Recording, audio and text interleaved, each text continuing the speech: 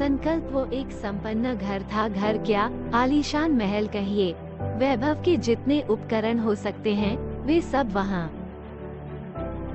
मौजूद थे। मूल्यवान मेज कुर्सियाँ, रंग बिरंगे एक से बढ़कर एक आचरण, दरिया, मखमली कालीन, पियानो, रेडियो। वहाँ के समूचे वायुमंडल में आभिजात्य की भावना व्याप्त थी और यह स्वाभाविक ही था, कारण कि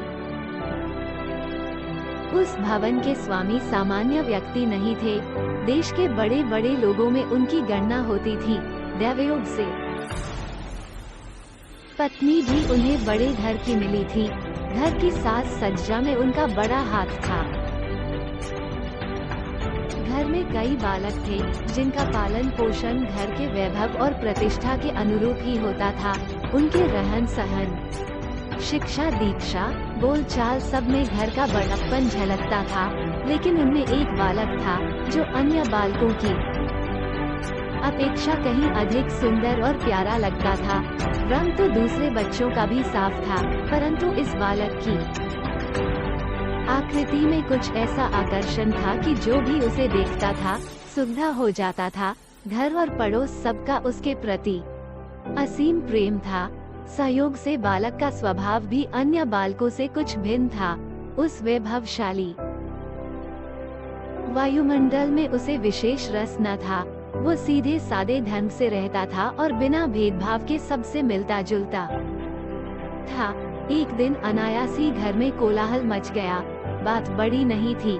नौकर से चीनी की कुछ मूल्यवान रकाबियां टूट गईं।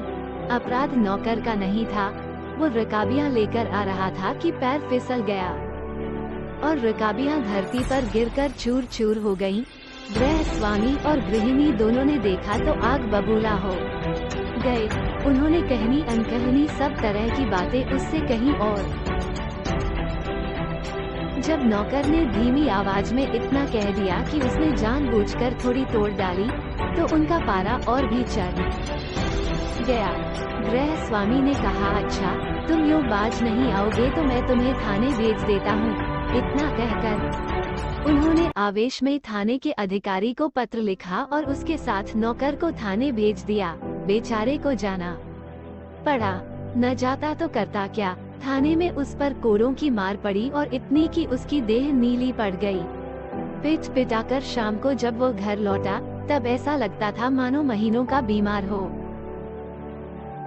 उसका चेहरा पीला पड़ गया था और कोरों की मार तथा अपमान के कारण उसके पैर ठीक से नहीं उठते थे। ज्यों ही उसने घर में प्रवेश किया, वही बालक सामने आया।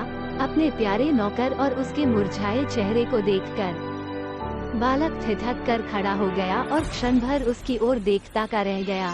नौकर की आंखें सूजी हुई थीं और चेतना इतना विवश दिख पड़ता था मानो अभी रो पड़ेगा। बालक को देखते ही नौकर भी खड़ा हो गया और एक बार उसने निगाह भरकर उसे देखा। वो कुछ कहना चाहता था पर होंठ नहीं खुले। देखते देखते उसकी आंखों की बेबसी क्रोध में परिणत हो गई